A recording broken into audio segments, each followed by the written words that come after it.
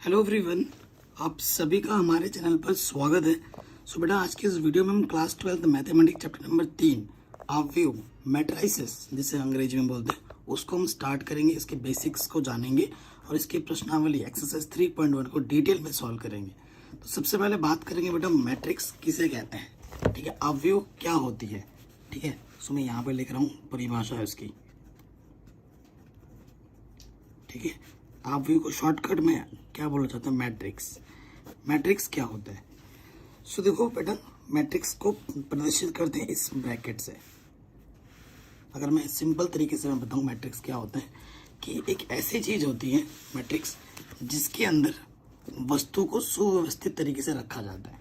ठीक है, एक सुव्यवस्थित तरीके से रखा जाता है। अगर मैं बात करूं, तुम स्कूल में बैठते हो, ऐसे पंक्ति से बैठते हो, है ना, इधर से देखेंगे तो रो बोलते हैं, इधर कॉलम बोलते हैं। तो उस चीज को मैं आपको ढंग से समझाऊंगा। ठीक है, मैट्रिक्स क्या होता है। परिभाषा की बात करें तो यहां लिख सकते हो परिभाषा में, भाई चल जा,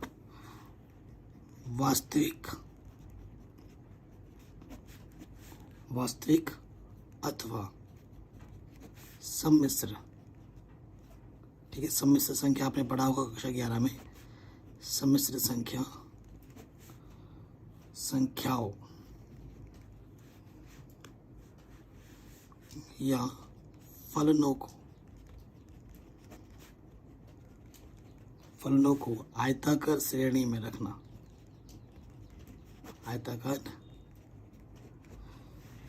आयताकार श्रेणी की जगह अच्छा होगा सारणी में रखना। सारणी में रखना अवयव कहलाता है। अवयव कहलाता है, ये लिखोगे आप। ठीक, जैसे इसके अंदर कुछ पद हैं, जैसे A1, A2, A3। ठीक है, यहाँ से आगे A4, A5, A6, A7, A8, A9, A10, A11, A12। ये चीज़ों को हमने सुव्यवस्थित रखा। ठीक है, आयताकार श्रेणी में हमने रखा है। तो इसे क्या बोला जाता है, इसे बोला जाता है मैट्रिक्स अवयव। एग्जाम्पल के तौर पे यहाँ पर दो वर्ड्स आए थे बेटा, यहाँ पर वास्तविक और सम्मिश्र। इसका मैं अगर एग्जाम्पल लेके बताऊँ, जैसे मैंने यहाँ एक रख दिया √2 5 1 0 -2 7। ठीक है, ये एक वास्तविक संख्या का उदाहरण लेके बना। और एक ले लेता हूँ मैं। ठीक है, जैसे कि 2i + के 5 7i - 3, कुछ भी ले लो। ठीक है, तो i का मतलब सम्मिश्र संख्या है ना, जानते हो। तो ये इसको हम क्या बोलते हैं बेटा, इसको हम बोलते हैं अवयव। अब अवयव के अंदर ये जो लिखे हुए हैं ये सब, ये जो इनको बोला जाता है अंदर की चीजों को अवयव। ठीक है, अवयव पद, जिसे अंग्रेजी में बोलते हैं एलिमेंट्स। अंग्रेजी में क्या कहा जाता है, एलिमेंट्स। अब जब आपने अवयव बनाया था तो आपको दो चीजें दिखी थी। ठीक है, एक तो दिखा था रोज और एक होता है कॉलम। ये जो है ना बेटा, ये लाइन में अगर मैं बना के दिखाऊं, ये जो लाइन है इस रूप में, इसे बोला जाता है रोज। इसे क्या बोला जाता है, रोज।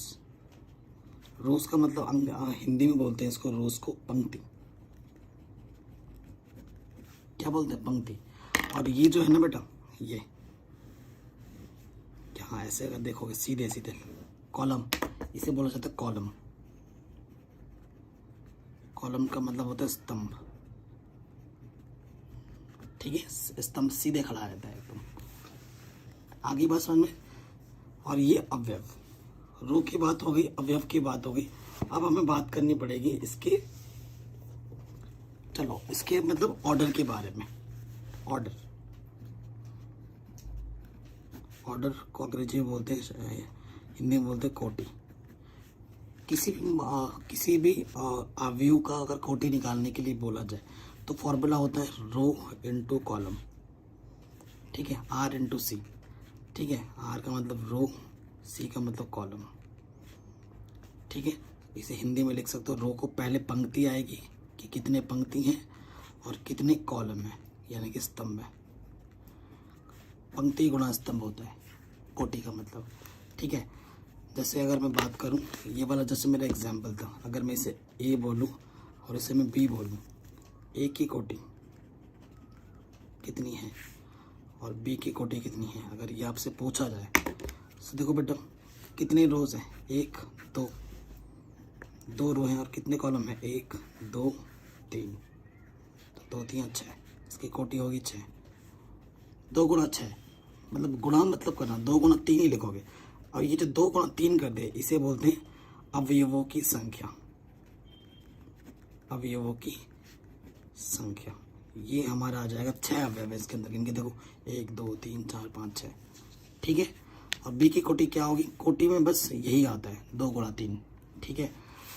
किसमें कितने हैं, 1 2, इसमें रो कितना है, ये R1 है, ये R2 है, तो 2 रो है। और कॉलम कितने हैं बेटा, 1 2, 2 ही कॉलम है, तो इसका कोटि हो जाएगा 2 गुणा 2।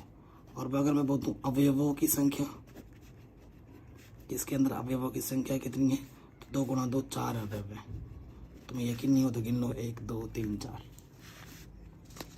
ठीक है। तो कैसे कोटि निकाला जाता है वो भी तुम्हें पता चल गया।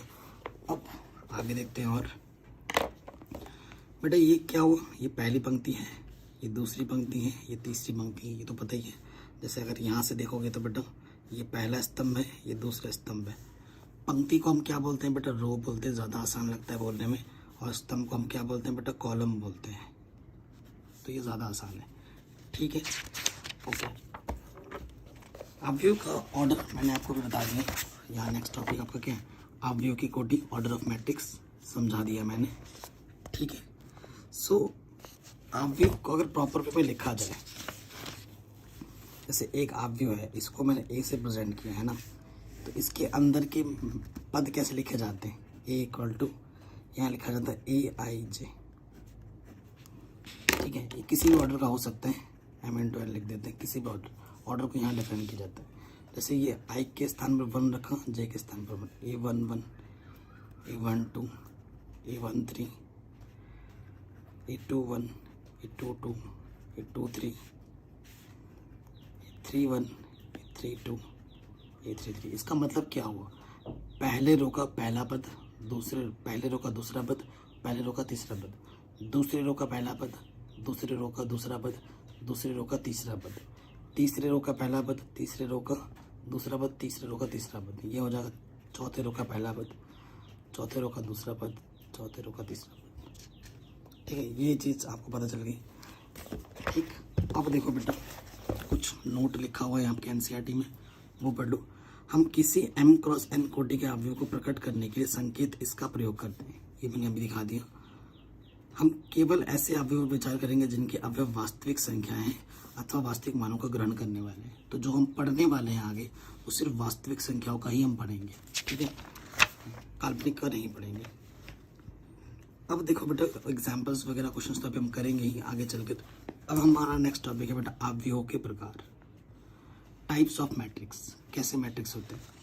सबसे पहले आता है बेटा कॉलम, स्तंभ अवयव, कॉलम मैट्रिक्स, मतलब जिसमें सिर्फ कॉलम होगा, ठीक है। कॉलम मैट्रिक्स क्या होता है, देखो स्तंभ अवयव क्या होता है, जिसमें स्तंभ होता है, एक ही स्तंभ होता है, ठीक है। देखो इसके लिए क्या होता है, एक अवयव स्तंभ अवयव कहलाता है यदि उसमें केवल एक स्तंभ होता है। कितने स्तंभ हो, जब एक ही स्तंभ होगा तब उससे मतलब एक ही कॉलम होगा, एक ही कॉलम है, एक ही कॉलम जब होता है तो उसे हम स्तंभ अवयव कहते हैं, ठीक है। ऑर्डर से कोई मतलब नहीं है यहाँ पर। पंक्ति अवयव किसे कहते हैं, जब उसमें सिर्फ एक ही पंक्ति होगी, एक ही पंक्ति, तो उसे हम देखो यहाँ पर एक ही पंक्ति है, तो ये एक ही पंक्ति है। अगर इसकी कोटि की बात की जाए, कितने देखो इसके पंक्ति है, 1 2 3 4, तो 4 पंक्ति है। और स्तंभ कितना है, 1 है, तो 4 गुणा 1 इसकी कोटि हो जाएगी। और यहाँ पर देखो एक ही क्या है बेटा, एक ही, और पंक्ति कितनी है, 1 2 3 4, तो 1/4 इसका कोटि हो जाएगा। स्क्वायर मैट्रिक्स वर्ग अवयव किसे कहते हैं, जिसमें रो और कॉलम, पंक्ति और स्तंभ दोनों बराबर हो, तो उसे हम बोलते हैं वर्ग अवयव। जैसे ये देखो कितने हैं, 1 2 3 इसमें पंक्ति है, 3 इसमें कॉलम है, ठीक है।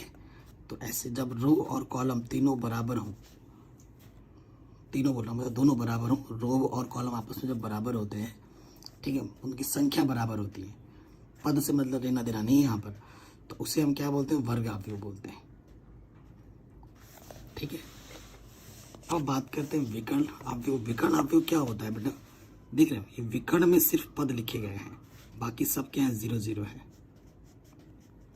विकर्ण में सिर्फ संख्या है, देखो विकर्ण में सिर्फ संख्या, बाकी सब 0 0 है, तो इनको बोला जाता है विकर्ण अवयव, ठीक है। इसे क्या बोला जाता है, विकर्ण अवयव। फिर बात करते हैं अदिश अवयव। अदिश अवयव क्या होता है, अदिश अवयव को स्केलर मैट्रिक्स बोलते हैं। मैं आपको बाय एग्जाम्पल समझा रहा हूँ, कुछ भी रट्टा नहीं मरवा रहा हूँ। जैसे यहाँ सिर्फ एक ही पद है, ठीक है, देखो बाकी सब 0 है, लेकिन डायगोनल में एक ही तरीके के नंबर है। देखो ये जो डायगोनल है विकर्ण है, ये सिर्फ एक ही तरीके के नंबर है, बाकी सब 0 0 तो ही है, लेकिन सब जब डायगोनल्स में एक ही तरीके के नंबर हो तो सिर्फ अदिश अवयव कहते हैं, ठीक है।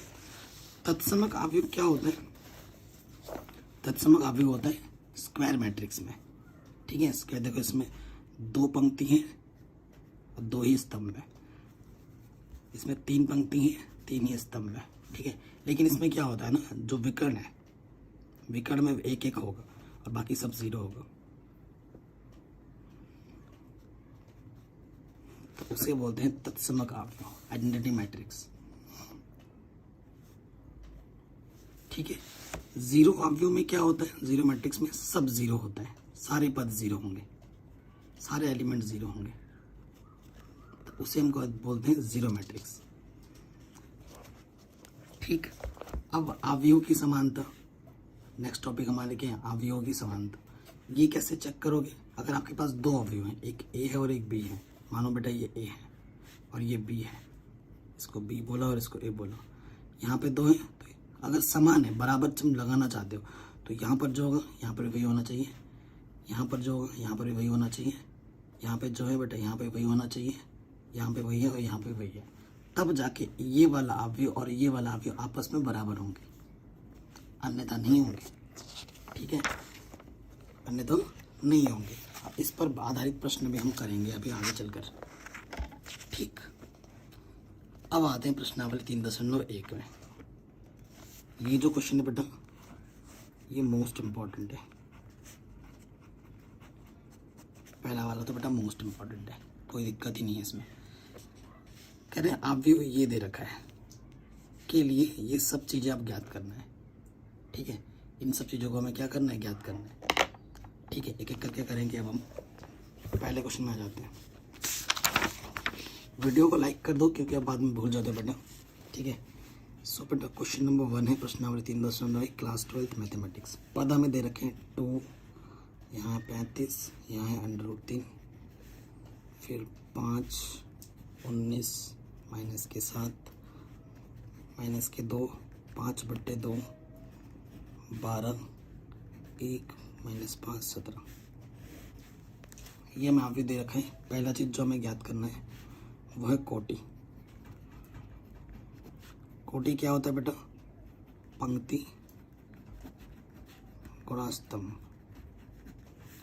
कितने पंक्ति हैं बेटा, खुद देखो आप, 1 2 3, R1 R2 R3 है ना, तो 3 पंक्ति हैं। कितने कॉलम है, C1 C2 C3 and C4, 4 column है, दिख रहा है सीधा सीधा, 3 गुणा 4, ठीक है, यही आपका आ जाएगा आंसर। पहला गुणा करके 12 मत लिख देना, फिर गलत हो जाएगा। नंबर 2 आपसे पूछा है बेटा अवयवों की संख्या। अवयवों की संख्या निकालने के लिए क्या करते हैं बेटा, जो कोटि आई है उसको आपस में गुणा कर दो, 3 गुणा 4 12, देखो 3, देखो ये 4 8 3 12, गुणा कर 3 चौके 12। फिर आपसे तीसरा पार्ट क्या बोला है कि A13 क्या होगा,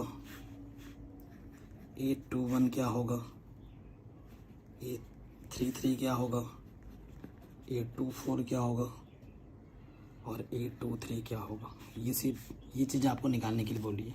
तुमने बताया था A13 पहला रो तीसरा पद, A11 A12 यह है A13, तो A13 कितना होगा बेटा 19।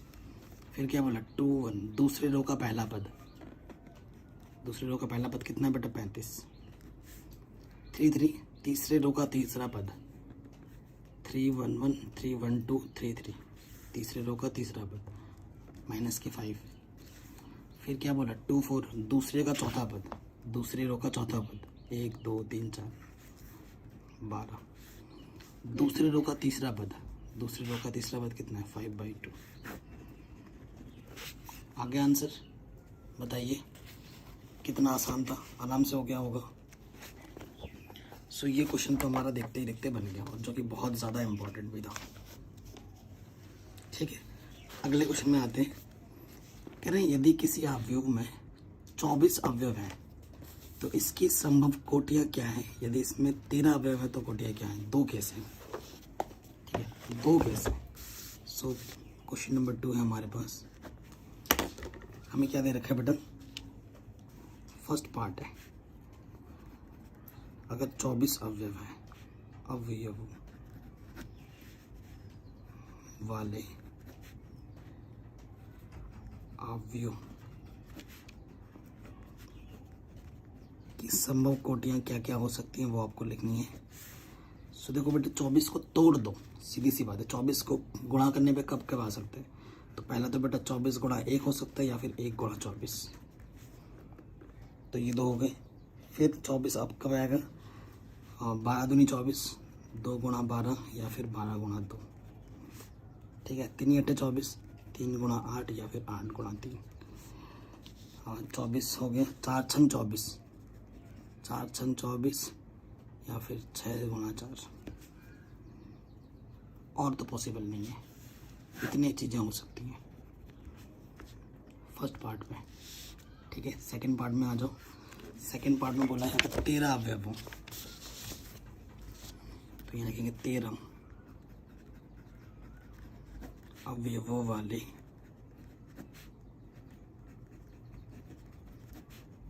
अवयव में संभव कोटियाँ। 13 एक क्या है बेटा, 13 एक प्राइम नंबर है, 13 एक अभाज्य संख्या, तो 13 गुणा 1 या फिर 1 गुणा 13, यही 2 संभव स्थितियाँ हैं और कुछ नहीं है, ठीक है। ये आ जाएगा। ऐसे ही आपसे बोला 18 इसके संभव कोटियाँ क्या हैं, इसमें 5 अवयव है तो कोटियाँ क्या हैं, तो इसे बेटा खुद करना और मुझे कमेंट सेक्शन में अपना आंसर बताना तीसरे का, ठीक। चौथे में आ जाऊँ। कह रहे हैं 1 2 गुणा 2 अवयव की रचना कीजिए जिसके अवयव निम्नलिखित प्रकार से है। 2 गुणा 2 अवयव बनाना है। सो चौथे का फर्स्ट पार्ट, AIJ के लिए जो सूत्र दे रखा है वो दे रखा है I + J का वर्ग बट्टे में 2। 2 गुणा 2 का अवयव बनाना है।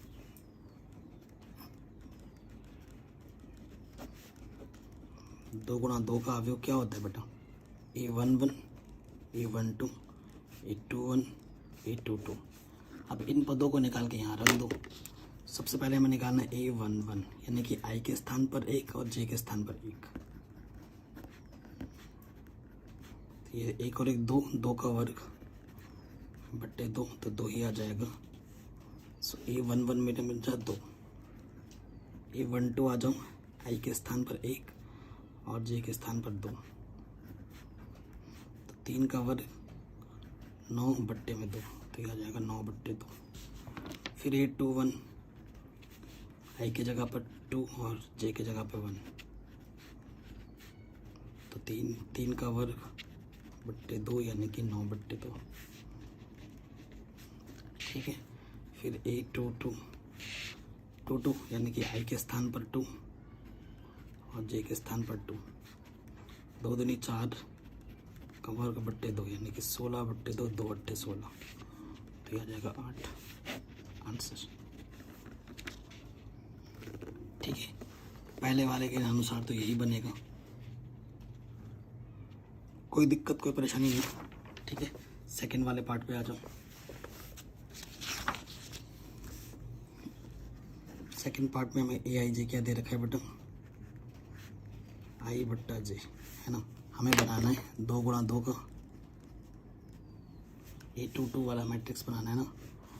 A11 A12 A21 A22। सो A11 निकालेंगे आई के स्थान पर 1, जे के स्थान पर 1। A12 निकालेंगे आई के स्थान पर 1, जे के स्थान पर 2। A21 निकालेंगे आई के स्थान पर 2, जे के स्थान पर 1, ठीक है। और A22 निकालेंगे आई के स्थान पर 2 और जे के स्थान पर 2, 2 1 कम 2। रखो मान 2 × 2 ऑर्डर का। अच्छा होगा इसे गुणा करके लिखो, है ना, 22 लग रहा है ऐसे। 2 × 2 लिखना। तो A11 कितना है 1, A12 आया 1/2, ये 2 और ये आया 1। आंसर ठीक है। अब तीसरे वाले पे आ जाओ।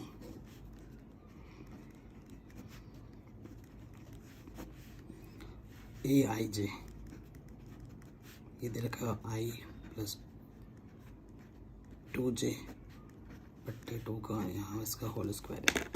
सो मुझे ए बनाना है 2 × 2 ऑर्डर का। A11 A12 A21 A22।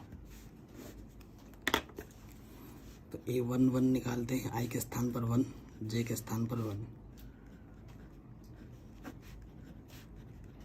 2 कम 2 और 1 3, 3 बट्टा से आ जाएगा 9/2। A12 आई के स्थान पर 1, जे के स्थान पर 2। 2 दूनी 4 और 1 5, 5 का वर्ग 25/2, ठीक है। A21 2 2 दूनी 4, 4 का वर्ग 16/2 यानी कि 8, ठीक है। कैलकुलेशन तो आता ही होगा। फिर 2 2 आई के स्थान पर 2 और जे के स्थान पर 2। 2 दूनी 4 और 2 6 का वर्ग बट्टे 2, 36/2। 2 1 कम 2, 2 8 16, ठीक है। सारे मान आ गए, उठाकर रख दो। A11 कितना आया था 9/2, A12 आया था 25/2, A21 आया है 8 और A22 आया 18। आराम से हो गया, ठीक है, कोई दिक्कत नहीं, आराम से बन गया। करें एक 3 × 4 अवयव की रचना करें जिसके अवयव निम्नलिखित प्रकार से दिए गए हैं, ठीक है, करते हैं। सो 5वां क्वेश्चन है हमारे पास। 3 × 4 ये बनाना है हमें। तो देखो 3 × 4 मतलब A11, इसका मतलब रो 3 होंगे और कॉलम 4 होंगे। A11 A12 A13 A14, 4 column है ना, 4 तक जाएगा। फिर A21 A22 A23 A24 A31 A32 A33 A34, ठीक है। 3 कॉलम, सॉरी 3 पंक्ति, ठीक है ना। R1 R2 R3 3 पंक्ति, C1 C2 C3 C4, 4 column, ठीक है। ये हमें निकालना है। तो देखो बेटा दिया क्या है, फर्स्ट पार्ट कर रहे हैं ना हम। AIJ 1/2 मॉडुलस माइनस के 3i प्लस के j, ये दे रखा है, ठीक है। A11 हम निकालते हैं।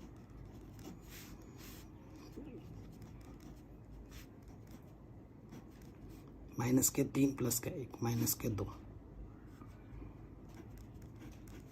बट्टे में 2, क्योंकि मापांक है, बाहर आके प्लस का हो जाएगा। मॉडुलस के बाहर नेगेटिव होता है तो बाहर आके प्लस हो जाएगा। 2/2 यानी कि 2 1 कम 2, ये आ गया 1। फिर हम निकालेंगे A12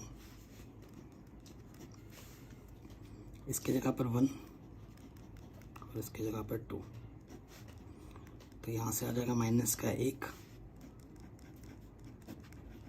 12 के प्लस का 1 हो जाएगा 1/2।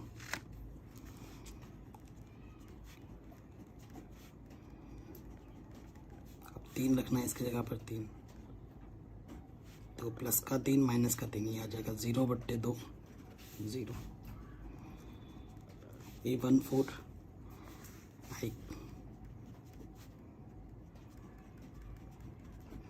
माइनस का 3, 4 में से 3 घटाएंगे 1 आ जाएगा, प्लस का 1, 12 के प्लस का 1 होगा तो 1/2। ठीक है, ये तो आ गया हमारा, ये मान रख देते हैं जो हमें मिला है, 1/2, 0, फिर 1/2। ठीक है, ऐसे ही आपको निकालना है A21।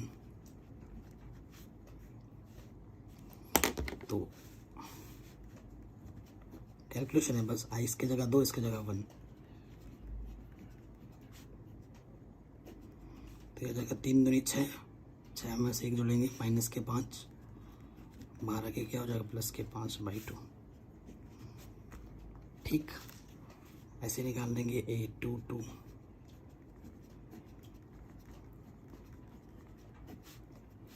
तो 3 दूनी 6, 6 में 2 जोड़ेंगे माइनस के 4, तो आ जाएगा 12 के प्लस का 4, 2 दूनी 4, यहाँ पे ये 2 आ जाएगा। ठीक है ना, कोई दिक्कत परेशानी हो तो बेटा आप लोग बता सकते हैं, सही कर रहा हूँ मैं, है कि नहीं।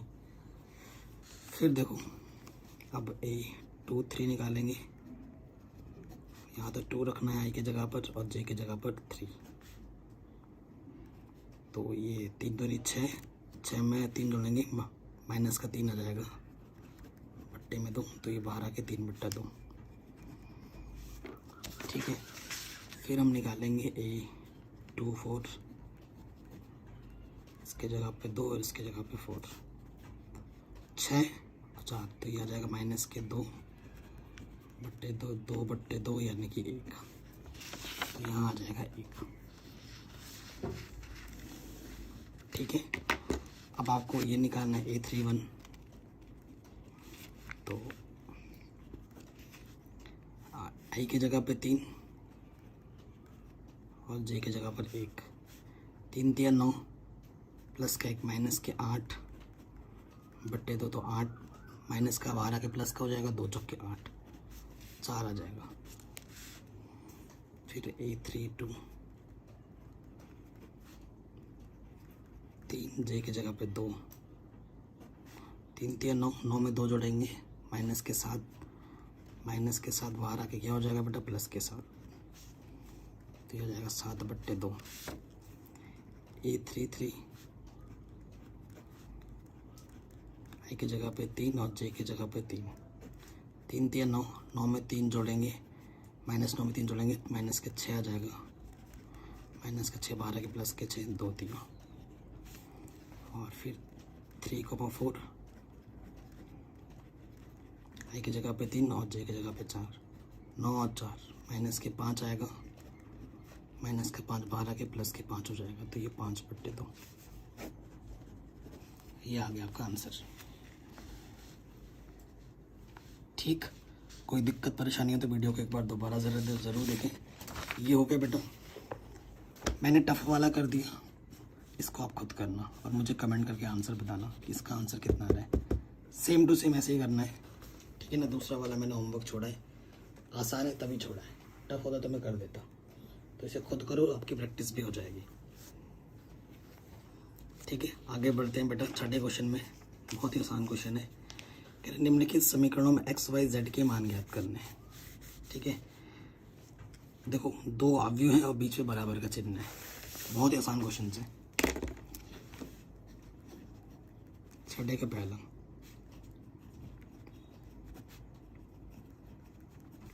क्या दिया है यहाँ पर 4 3 x 5 और इधर तरह क्या बेटा y z 1 5। तो तुलना करने पर अभी 2 अवयव बराबर हैं तो एलिमेंट्स की तुलना कर देंगे। यहाँ 4 है, यहाँ y है, तो y का मान क्या हो जाएगा बेटा 4। यहाँ x है, यहाँ 1 है, तो एक्स का मान हो जाएगा 1, यहाँ z है यहाँ 3 है, तो z का मान कितना हो जाएगा 3। आंसर पहले वाले पार्ट का। सेकंड वाले पार्ट में आ जाओ।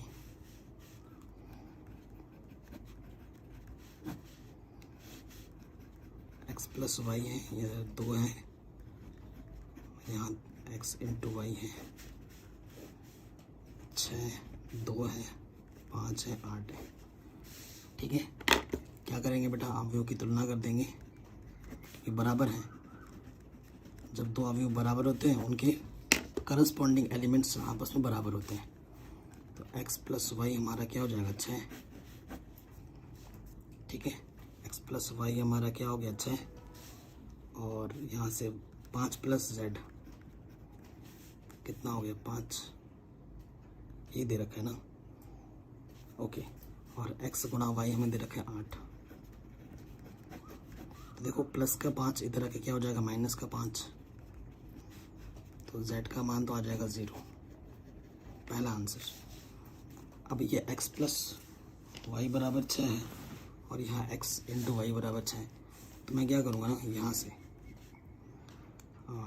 x बराबर क्या हो जाएगा 6 माइनस के वाई, है ना। ये मान उठाकर मैं यहाँ रख दूँगा x की जगह पर, तो ये हो जाएगा 6 माइनस वाई, बाहर से y है 8, गुना करो, ये हो जाएगा 6y माइनस के वाई स्क्वायर, ये 8, उसको उठा के ले जाओ, वाई स्क्वायर माइनस के 6y प्लस के 8। एक द्विघात समीकरण बन गया। आप इसको हल कर लो, गुणा करने पे 8 है और जोड़ने पे 6, 4 दूनी 8। ठीक है, ये सब तो आता ही होगा हल करना। यहाँ से y उपनिष्ठ आ जाएगा, y माइनस 4, यहाँ से 2 उपनिष्ठ आ जाएगा। जो 2 बार है उसे हम एक बार लिखते हैं, और जो उपनिष्ठ निकाला है उसको दूसरे ब्रैकेट में। इसको 0 मानोगे तो y का मान 4 मिलेगा, इसको 0 मानोगे तो y का मान 2 मिलेगा। ठीक है, सो केस 2 बन जाएंगे। यदि y बराबर 4, तो यहाँ रखोगे x प्लस वाई बराबर 6 था, तो 6 माइनस वाई बराबर x हो जाएगा। तो y का मान कितना है 4 रख देंगे, तो x का मान कितना आ जाएगा 2, और z का मान तो 0 है। पहले केस में ये आंसर आएगा। दूसरे केस में यदि y बराबर 2 लोगे तो x बराबर 6 माइनस वाई है, तो x का मान कितना आ जाएगा 4, और z का मान कितना है 0। ये दूसरे केस में ये आंसर आएगा। केस 1 केस 2 ये हो गया। नेक्स्ट पार्ट में आ जाओ, थर्ड वाले में। पन्ना बर्बाद नहीं करना है बेटा, हम यहीं पे करेंगे। ठीक है, इसी जगह पे में थर्ड पार्ट है x plus Y plus Z, X plus Z Y plus Z, 9 5 7। ठीक है, तुलना कर दोगे। जब हम तुलना करेंगे ये चीज़ इसके बराबर होगी, x plus Y plus Z 9, x plus Z बराबर 5 और y प्लस जेड बराबर 7। ठीक है, इन दोनों को हल कर दो। घटाने पर चिन्ह बदलता है, z से z कटना, x माइनस वाई बराबर कितना, 5 में 7 घटाएंगे माइनस के 2। ठीक है, ये x और y में आ गया संबंध, है ना। x और y में संबंध आ गया। और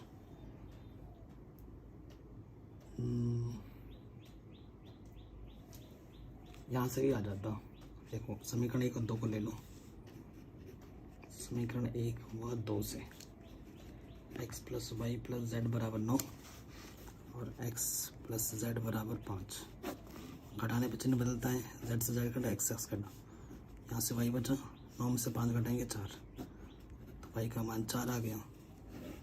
y का मान उठाकर यहाँ रख दो, x माइनस 4 माइनस का 2, माइनस का 4 इधर के प्लस का 4 हो जाएगा, तो x का मान कितना आ गया 2। ठीक है, x का मान 2 आ गया, y का मान 4 आ गया। चूँकि y प्लस जेड 7 था, y का मान कितना है 4,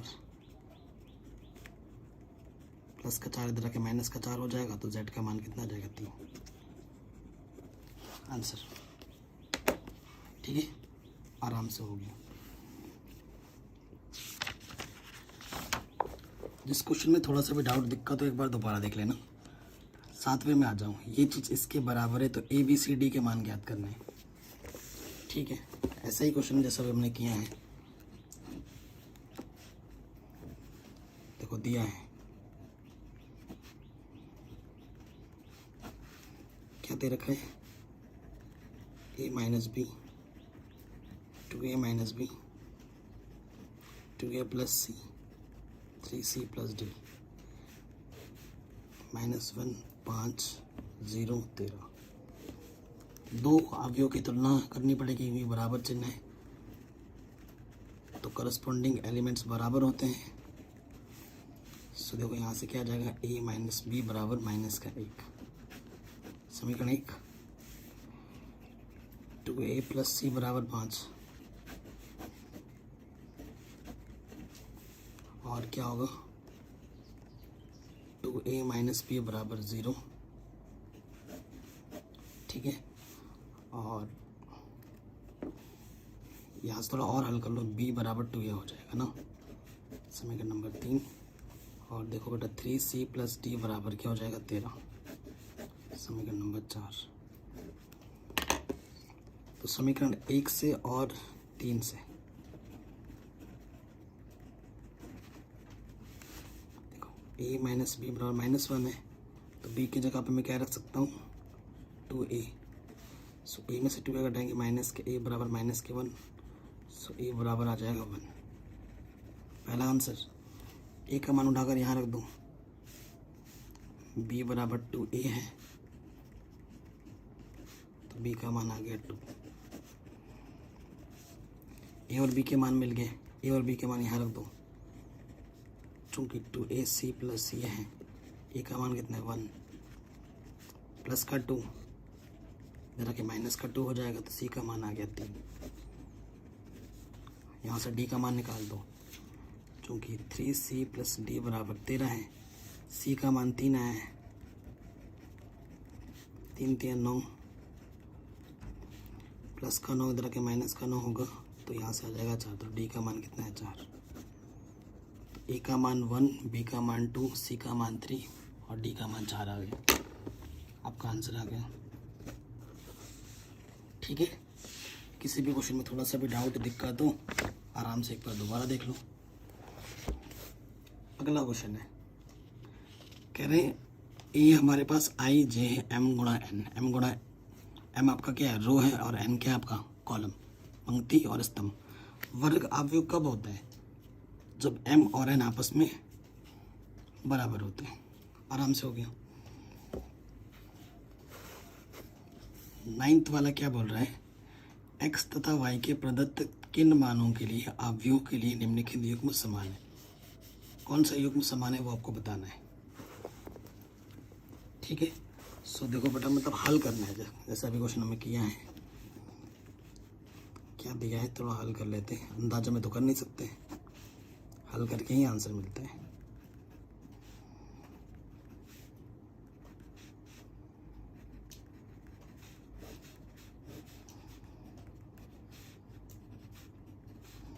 कौन सा समान है वो बताना है।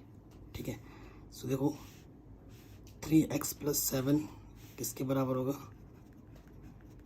0 के बराबर होगा, प्लस का 7 इधर माइनस, और ये 3 गुणे में इधर के बट्टे में आ जाएगा।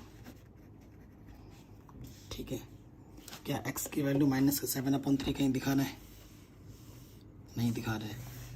ठीक है, फिर देखो बेटा ये चीज़ इसके बराबर है तो प्लस का 1 इधर के माइनस का 1 हो जाएगा, y की वैल्यू 7 आ जाएगी। ठीक है, और यहाँ से देखो, ठीक है y की वैल्यू 7 आ गई, यही दे रखा है ना। तो कौन सा ऑप्शन सही है वो आपको बताना है।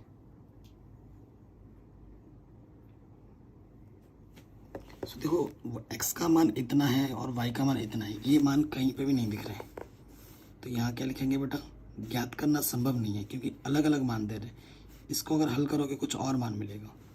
ठीक है, तो यहाँ आ जाएगा हल करना संभव नहीं है क्योंकि इस देखो y-2 रखोगे तो ये चीज़ कुछ और देगी, ठीक है। मतलब जो आंसर आया है वो आंसर आपको दिख ही नहीं रहा है तीनों चार ऑप्शन में।